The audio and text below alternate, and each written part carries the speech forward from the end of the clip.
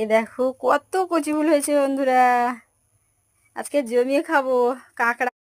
এই যে আলাদা করে নিয়েছি দেখো এইভাবে, আর এই যে এগুলোকে এরকম ছিঁড়ে ছিঁড়ে বার করে নেব, নিয়ে এটাকেও নিয়ে নেব। আর এগুলো আলাদাভাবে সিদ্ধ করে মলা করলে না খুব ভালো লাগে খেতে, এটারও একটা রেসিপি হয়। তো বাতাও কিন্তু এটা একটু গন্ধ মতো করে। আর এই যে আমি পেঁয়াজগুলো কেটে নিয়েছি, লঙ্কাগুলো কেটে নিয়েছি, আর এই যে ওটা কমপ্লিট হয়ে গেছে। এবারে চলো রেসিপিগুলো করতে থাকি। চলো চলো কীভাবে রেসিপিটা আমি কমপ্লিট করি। কচি ফুলগুলো ভালোভাবে দেখো আলাদা আলাদা করে নিয়েছি, ভিতরের অংশটা আলাদা করে রেখে নিয়েছি। তারপরে দেখো এইগুলো এটাকে দেখিয়ে দিলাম তোমাদেরকে, এই যে ভেতরের অংশটা আলাদা না করলে এটা গন্ধ করে, সেই কারণে এটা বাদ দিয়ে দেওয়া। তারপরে দেখো পেঁয়াজ কেটে নিলাম, 4টে পেঁয়াজ কুচি, ছোট ছোট সাইজের পেঁয়াজ কেটে।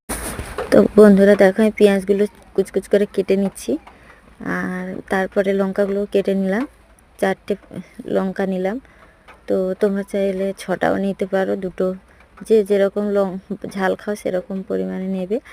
আর দেখো পেঁয়াজগুলো ভেজে নিচ্ছি, সরিষার তেল দিয়ে দিলাম, আর দিয়ে লঙ্কা পেঁয়াজ একসঙ্গে দিলাম, তারপরে ফোড়ন দিলাম, তারপরে একটু আদা জিরে বাটা দিলাম, দিয়ে তারপরে একটা তেজপাতা দিয়েছি।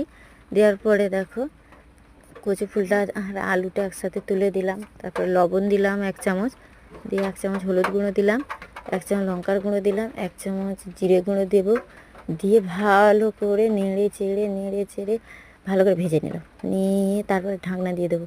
দেওয়ার পরে দেখো জল বেরোবে কতকটা, সেই জলে দেখো এটা সেদ্ধ হয়ে যাবে।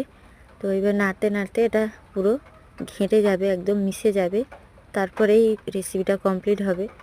তো তোমরা চাইলে তোমরা জল দিতে পারো, 1 কাপ পরিমাণ জল। তো এক চিমটি সুগার দিলাম যাতে না গাল কিটায়, তো এগুলো একটু কিটোয়, ঠিক আছে, সেই কারণে। তো তোমরা এইভাবে সাপোর্ট করো, সাবস্ক্রাইব করো, কমেন্ট করতে ভুলো না কেমন হয়েছে রেসিপিটা। আর কারা কারা শিখলে কমেন্টে লাভ রিয়াক্ট দিয়ে যেও, আর কমেন্ট করো খুব তাড়াতাড়ি।